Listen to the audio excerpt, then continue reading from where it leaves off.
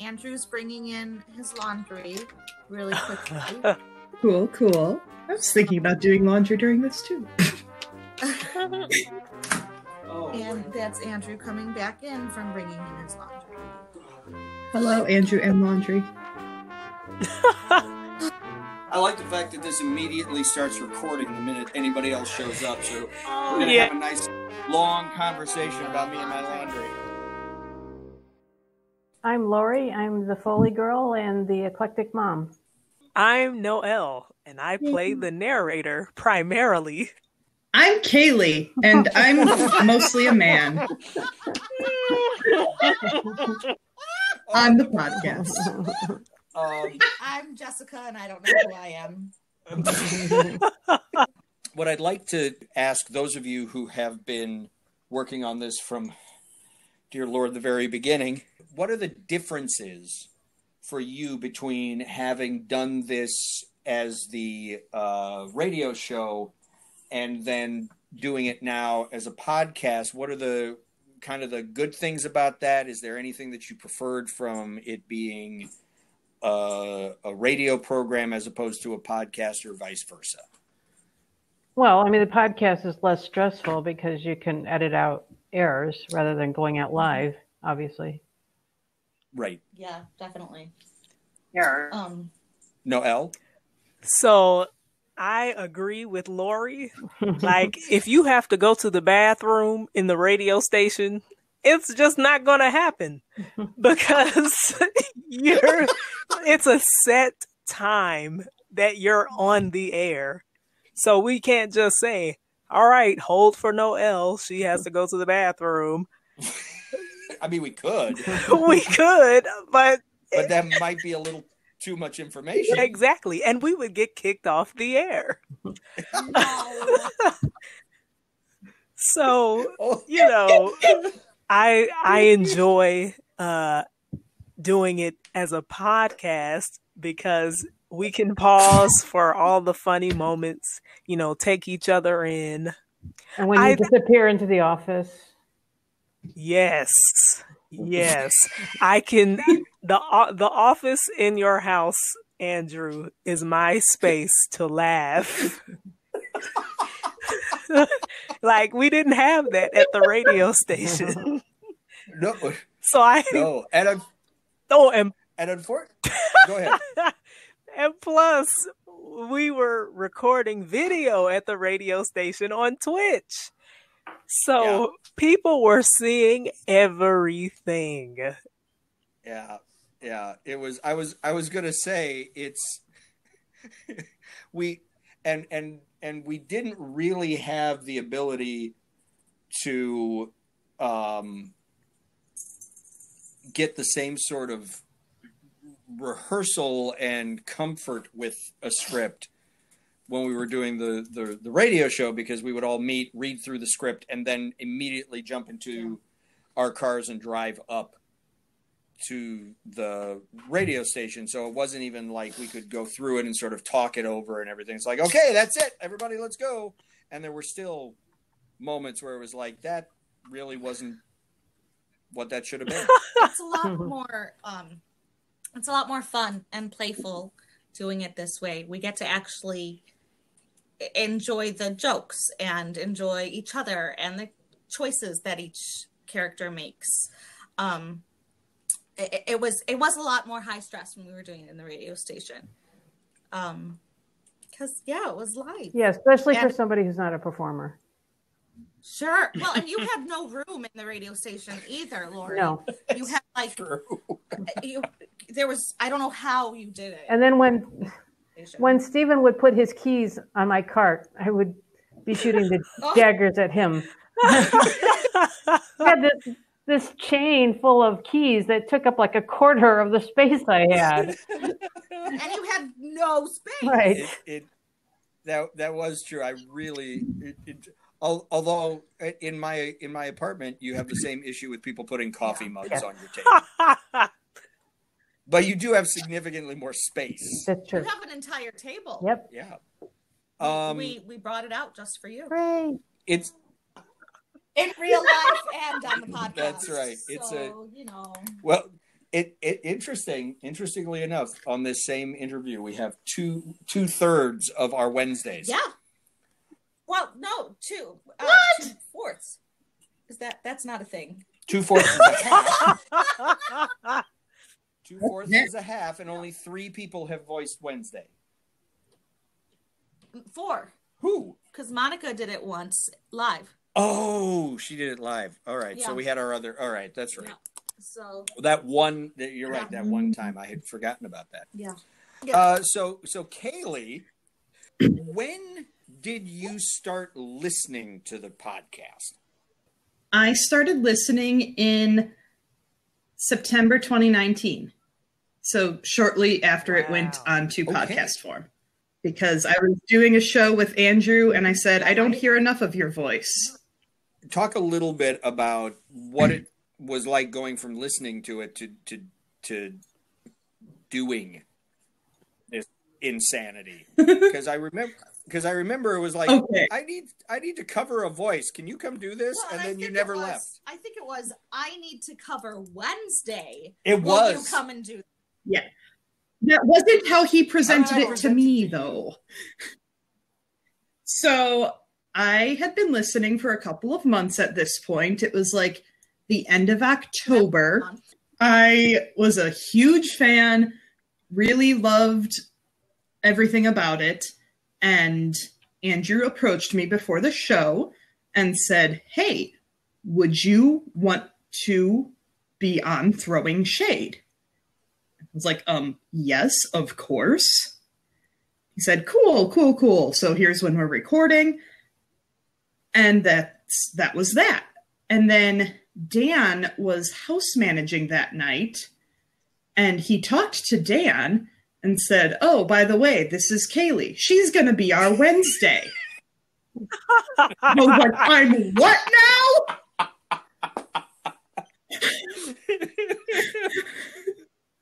So that's how I found out that I was playing Wednesday for the first half of season 2.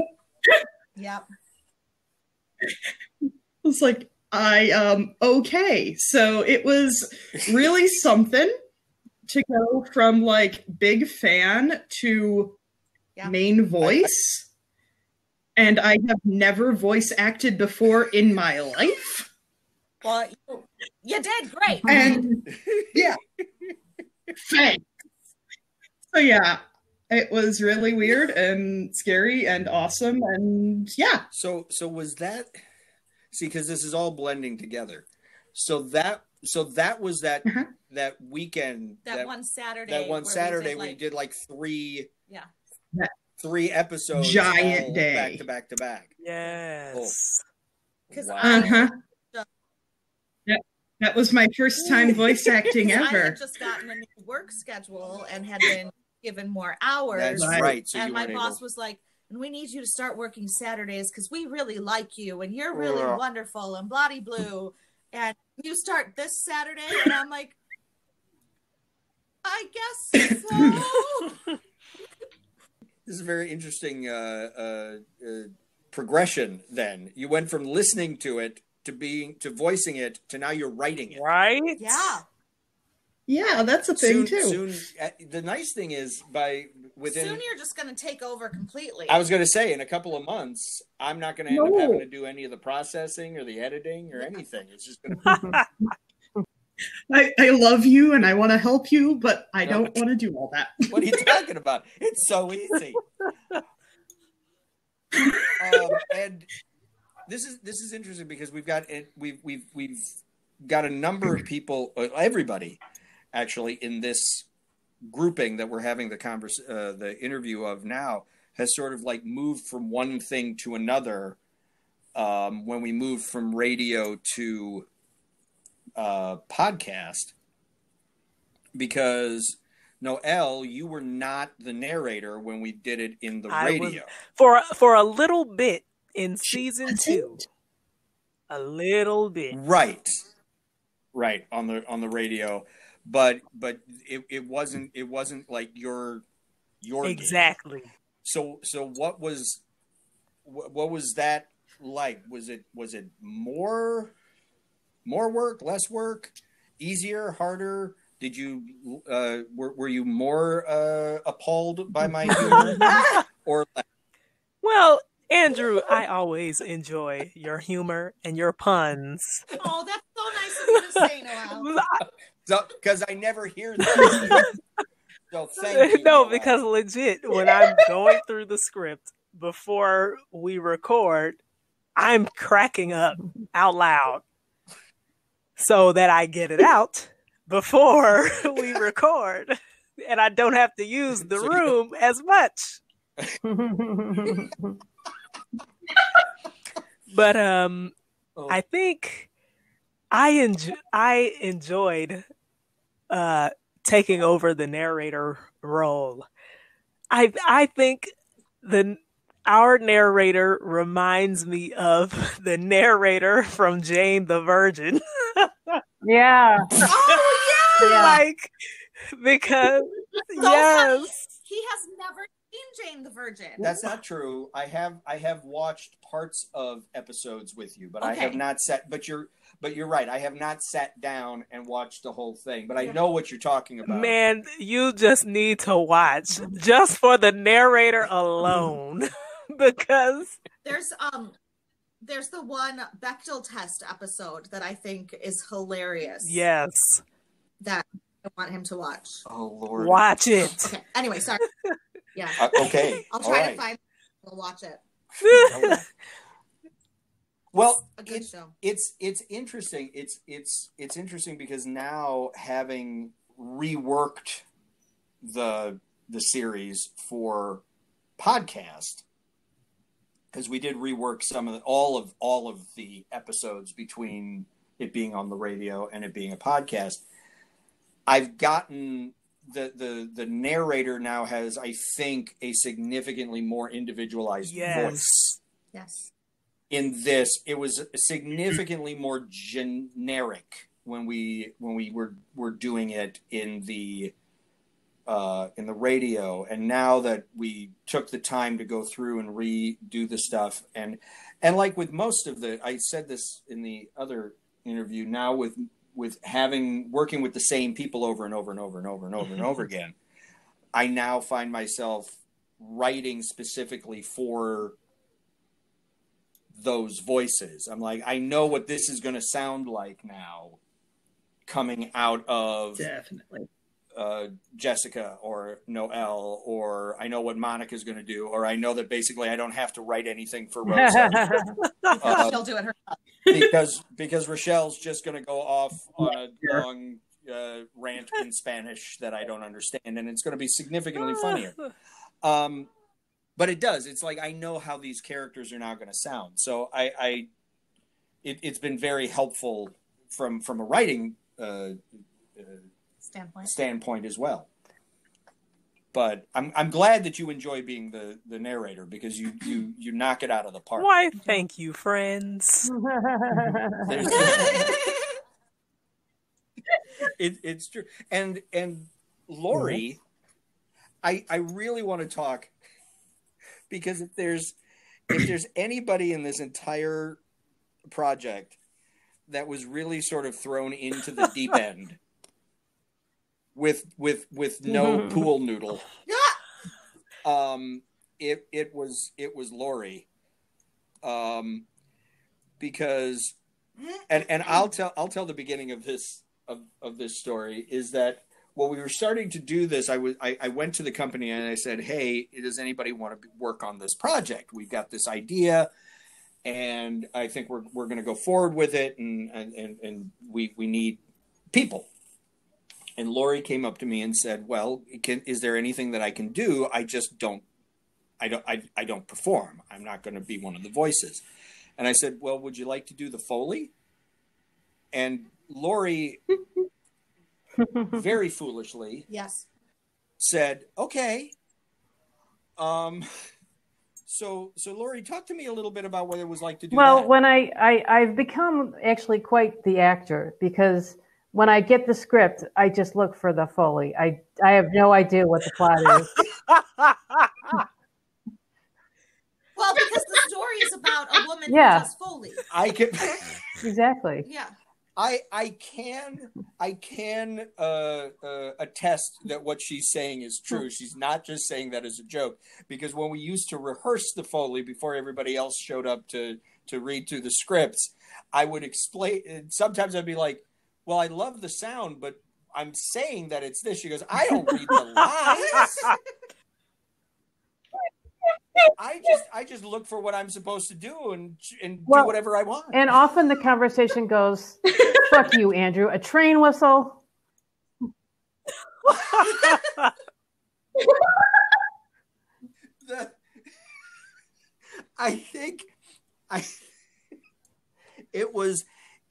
I felt, I cannot tell you how absolutely sorry I was that very you and me first both. read through before the first night on the radio. Oh my gosh.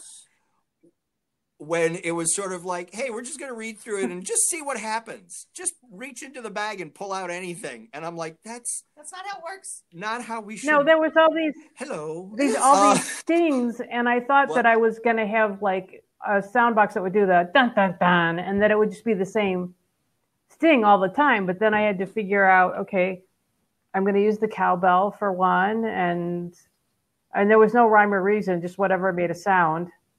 No. Yeah. Right.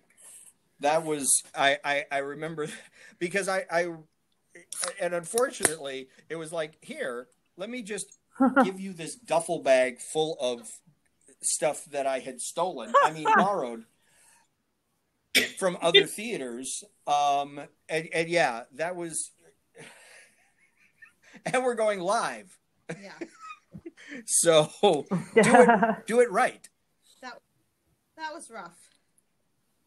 But I gotta say, for how far this has come since that day of just reach into the bag and pull something, to you going through the script and figuring out from what we had, and then also getting stuff yourself or figuring out to make some of the ridiculous sounds that I insist on in some of these some of those fuck you moments. To actually, all those fuck you moments. I've been hearing that a lot less lately. So that either means you've been figuring out more ways to do stuff, or I just don't want to just give it up.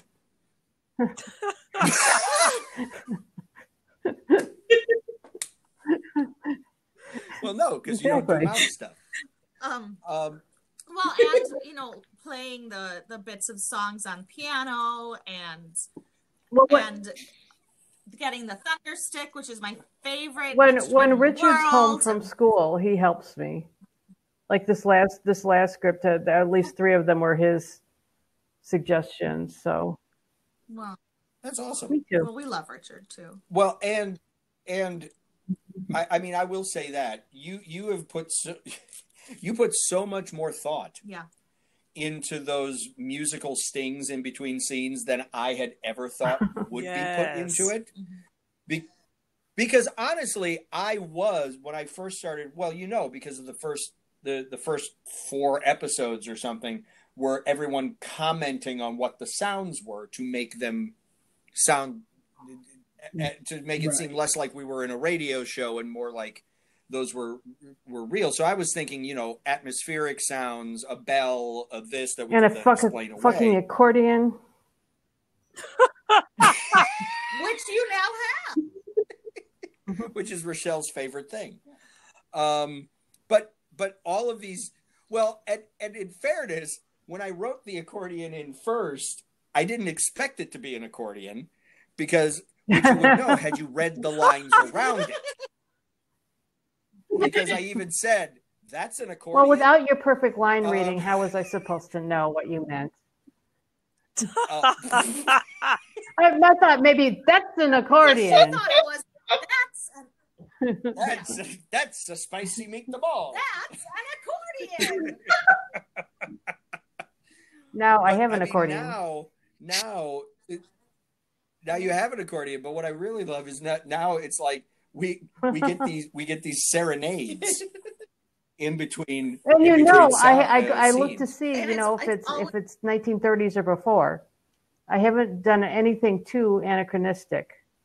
See that I mostly because when Katie was directing, I was afraid she was going to yell at me if I did.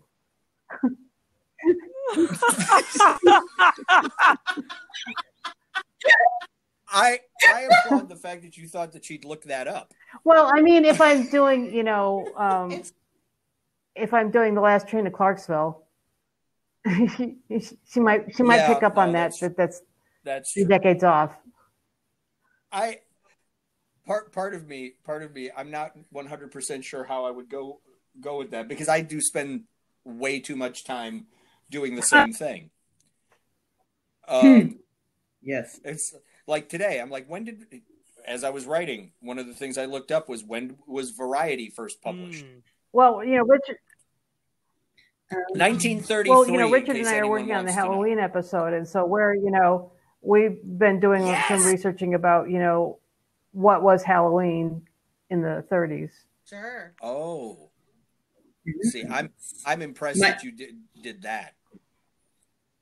My Google search for today was, do gorillas have thumbs? I won't give you any context. Wait, I know the plot of the episode you're writing. Do we have a gorilla that's hitchhiking? Terrified. It's the King Kong episode. Oh man! The Shade gets kidnapped by King Kong, and the vamp has to rescue him. Wow! There you go.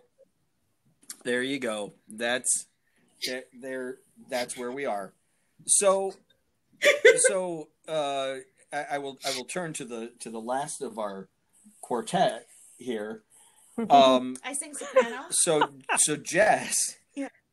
So you went from the radio show to doing various characters. Mm-hmm. I even did Foley once. You did. That was terrifying. Not for the radio, though. No, not for the radio. But doing various characters through almost all of the first season of the podcast, doing various characters, and then the final episode of the podcast of season 1, you took over Wednesday. Yes. And have, save for those 3 episodes that Kaeley stepped in, have been Wednesday morning now for the remainder of that. What was that like, taking over at the end of the first season from Sarah? Well, Sarah was Wednesday. It was her creation. Yeah. And her idea completely. So I try my best to be true to the Wednesday that she created.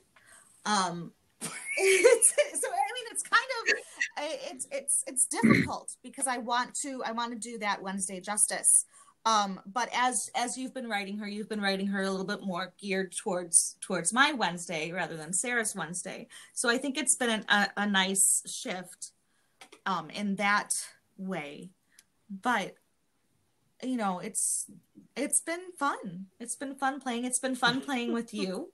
And what I've loved is that the episode, the final episode of season 1, where the secret gets revealed, who Wednesday is. That was actually episode 5, but yeah. Okay, whatever. Second to last, but okay. Yes. And they have that squishy moment together. That was one that Sarah and Andrew never did together. It was always you and me. So we always had that moment where you thanked me, and we had that, touchy-feely, squishy moment. So that's always been something nice for me. Which thankfully we did not have Foley do. No. Mm-mm. You're telling me. We would get kicked off the radio. Yeah. But no, I love Sarah. I love the way she did Wednesday. If she were ever able to come back and be Wednesday, I'd be more than happy to go back to doing whatever characters I could do. So here's that leads very nicely into the next thing. Yeah. That everybody gets to play multiple characters. And I know that's especially even me, even you. And I know that's been happening a little bit more as we've been doing the rehearsals with the Zoom rehearsals with the new episodes. But let's, those of you who do voices, I mean, what is it like having to do 2, 3, 4 voices in a single episode? It's really great. I love it. That wasn't supposed to sound sarcastic, but it did. No, I honestly think it's really fun. I've really enjoyed getting to play with all of the more masculine voices because, like I said so eloquently earlier, I have been playing a lot of men. I voice Punch, whom I adore. Punch and John. They're my favorite. Plus, then I get to be with Serena. So, you know. And Ian Flemish. And yes, coming up, I get to be the ever suave Ian Flemish. And yeah, so it's really fun. It's been difficult sometimes, especially because Andrew's had me talking to myself as men and women in the same scene. And so getting the octave shift in there is like, oh yeah, no problem, ma'am. And then, oh, I'm up here now. And it's hard, but it's great. I love it. That's another reason it's good that we're not recording live. Right? Because there's lots of mishaps. Well, and Noelle, you've been starting to do more and more characters on top of doing the narrator. Because for a while it was like, Noelle's just going to handle the narrator because Lord knows I have you talk enough. But I've been like, one of the things, and I will say this, one of the things that I loved about when you weren't the narrator and we were doing in the radio is any character I threw at you, you were like, boom, I got a voice. Oh, Noelle, for it. Your voices are some of the greatest character voices. Thank you, guys. I absolutely loved it. And Jess can confirm when we were going to flip over to doing the podcast, and I was like, I want Noelle to be the narrator, but I don't want to lose all these great character voices that she does. Yeah. And so it's one of the reasons why I'm like, screw it, Noelle's going to voice this character. I try not to do it in any scene where you're doing a lot of narration, but sometimes it just happens. But I love the breadth of character voices. You know, it just comes from a lot of imagination. I mean, because sometimes I'm looking at the script and I'm like, man, I feel like I've used all my voices. So what am I going to do? Yeah, tell me about it. So just playing around with it. And remember when we used to do the show on the radio and I voiced the same ad every time in a different voice? Yep. Yes! I mean, Yes! I did everything. Yes! I mean, Nigerian, Southern, anything that would come up, I just committed. It was honestly one of my favorite parts of doing it on the radio. It was, I'm like, what the hell is Noelle going to do now? Oh my gosh, I forgot. What is this ad now going to be? And it. Oh, I wish I heard that. Oh, it was ridiculous. I mean, at first it was like a couple of, all right, I see. She went normal, then now she's British. Okay, I got that. And then it's like Southern. Okay, all right. And then Irish. What? And then yes, when you went full on Nigerian, I went, I'm done. Because I'm like, I don't even know if this fits in the context of 1930s America, but you know. It was a commercial. It was perfect. It was wonderful. I was like, we're done. And it was one of those things where I was looking, I'm like, I need a room to step into. You ducked under the table most of the time. I did. I'm like, I'm on the floor. You did spend a lot of time on the floor. I did. We don't talk about that, Jessica. There you go. No, I'm sorry. We try not to. Oh Lord. So it's I wanted to. I've asked this group different questions than what I asked the people on Thursday. Mostly because he can't remember what he asked the people. Mostly.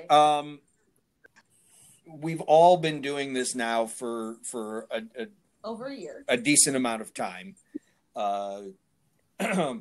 What has been either your favorite moment? What's your favorite thing about having done this, or your favorite moment in doing it, or whether it's a character that you got to do or whatever? Just kind of what's been your favorite thing about this insanity that we are involved in right now? And I'm just going to go down the list of names that I have sitting on my screen to get the answer. So Lori, you Andrew, get to go I first. just do it for the money.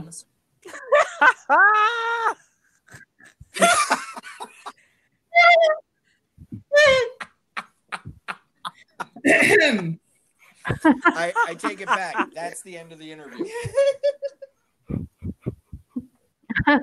You sure you don't want to be a voice actor, Lori? I could be coerced.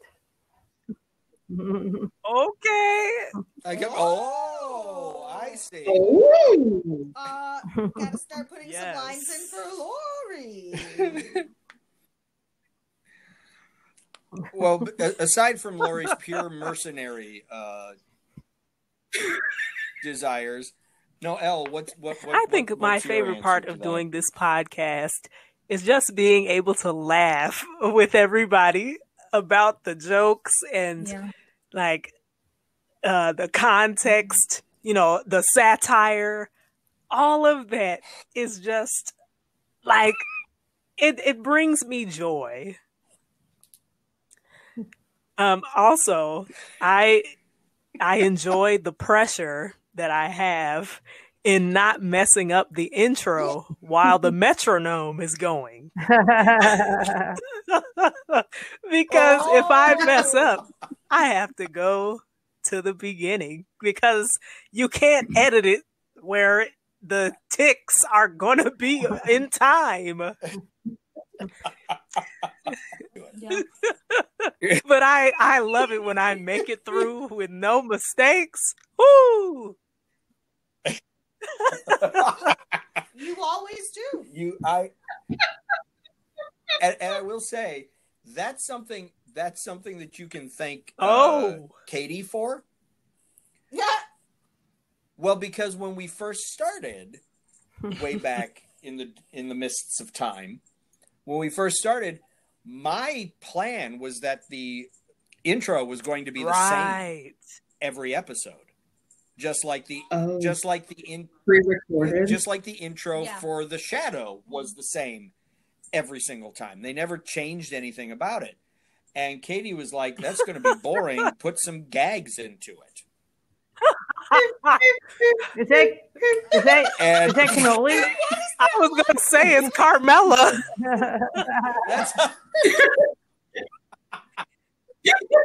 No, that's the cannoli's daughter. Yes, baby number E. That is my joke, everybody. Thank you very much. It was. I'm so proud of you, Jess. Baby number E was straight from Jess. See, I write the script too. But yes, it was. If it hadn't been for that, by the time we got to podcast, you could have just recorded it once and never had to do it again. True. But now, I'm imagining you just shaking your fists. Not at all. I love the different things, because like you can add more personality. Like, it's like I'm talking to the producers, like, who did this? After a while, I'm like, I can only write so many jokes about what the actual lines in the intro are.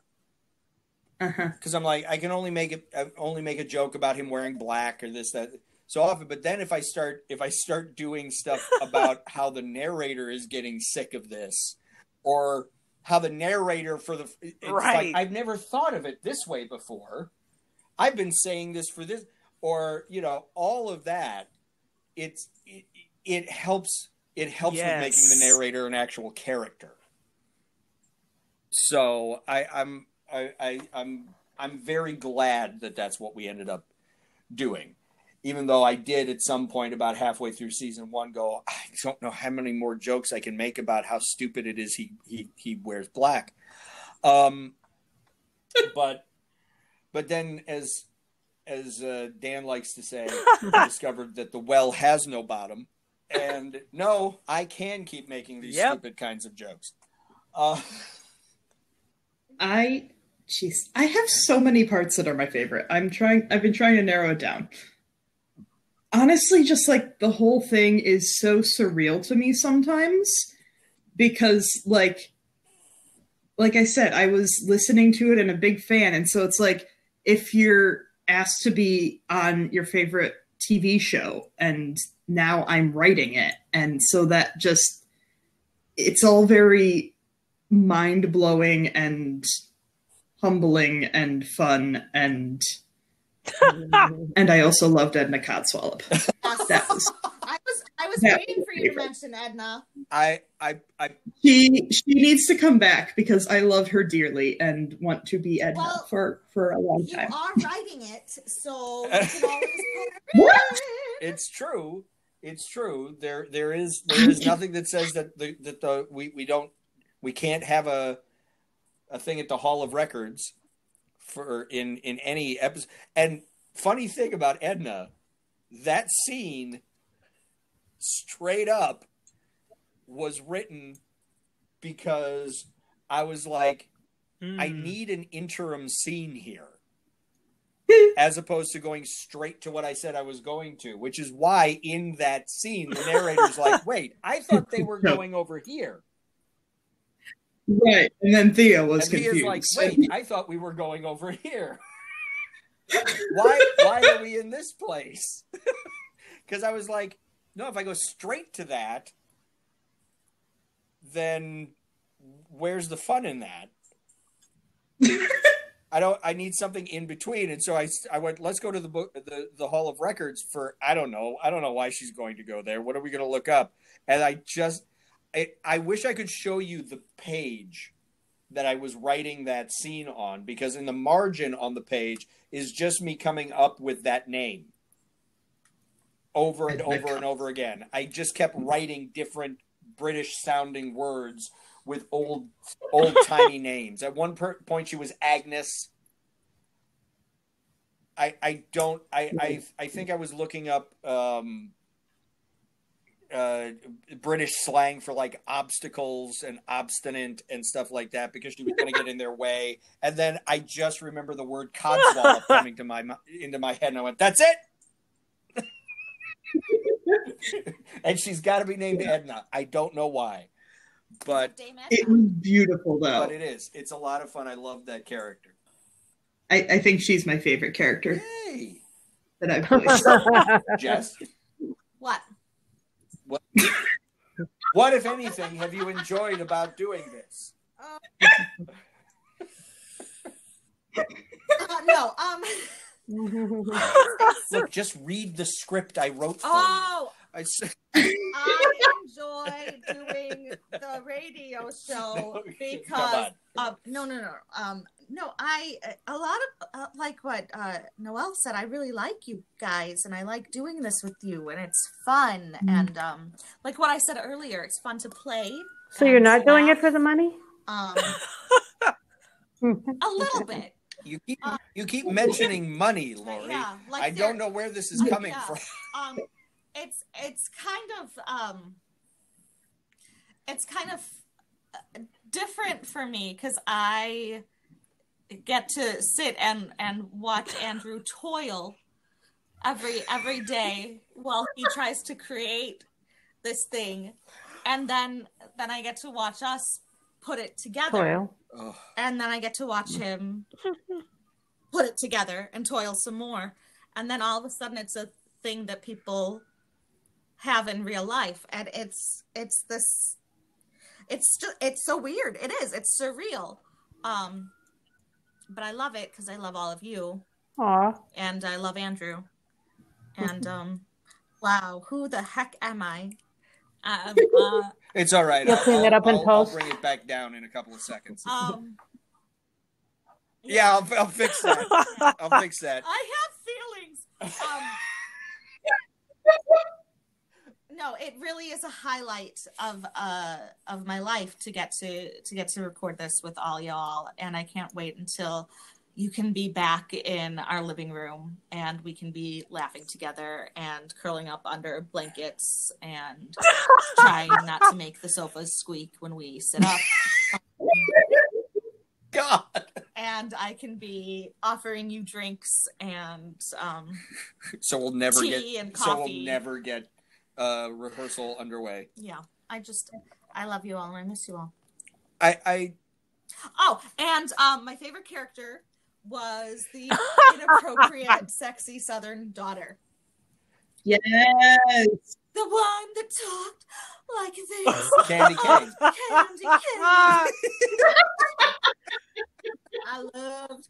It was fun. She was fun. She was fun. So and oh God. And for you writers, yes, yep. All three of you writers, I'm still waiting for the romance. I remember between Kitty and Misty.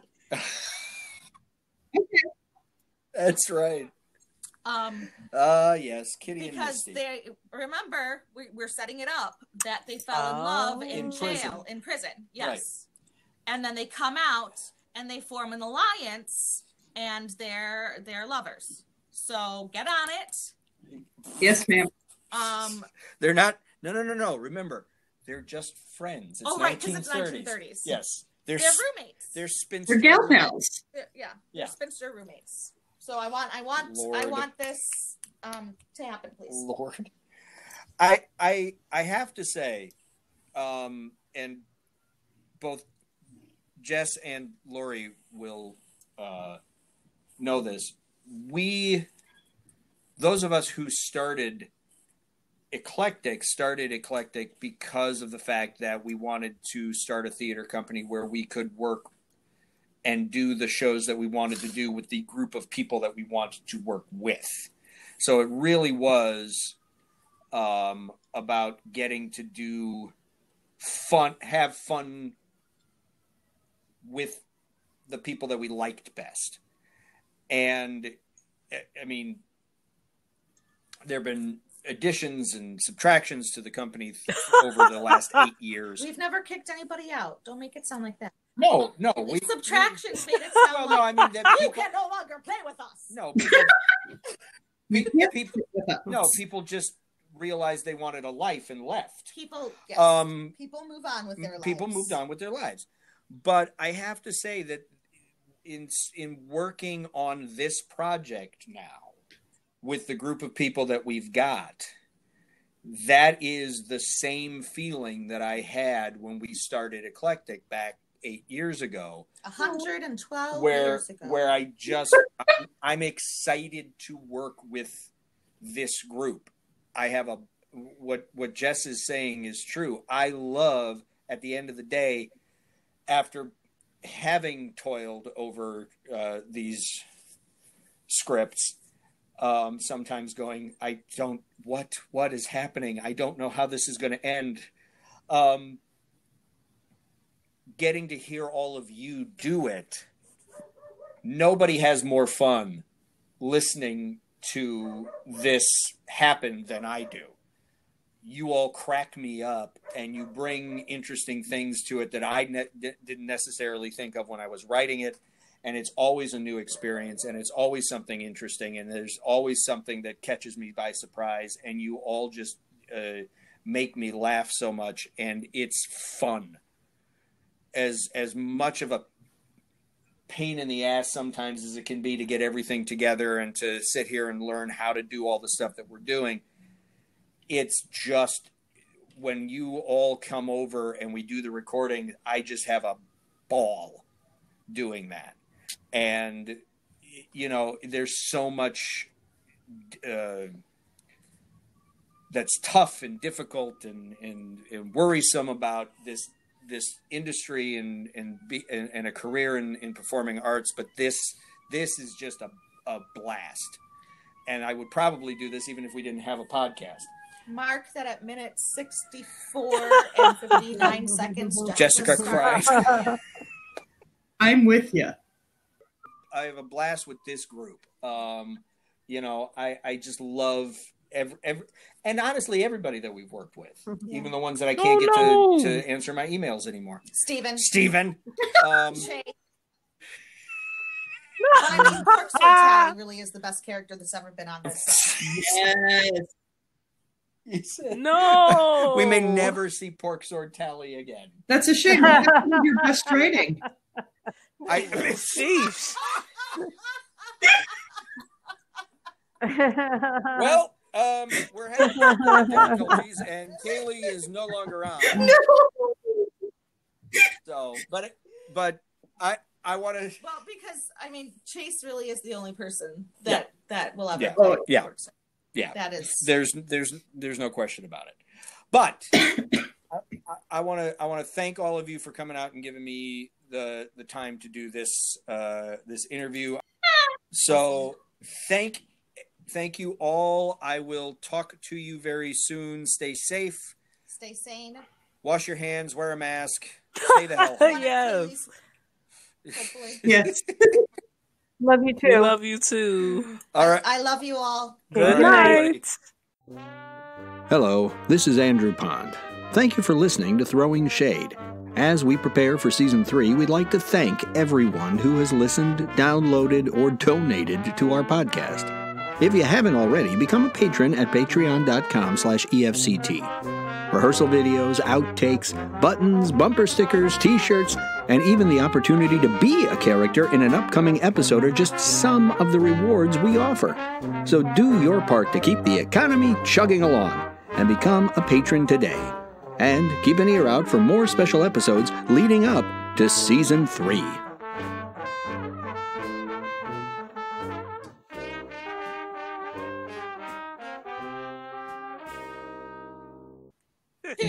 Two times the fun. Yeah.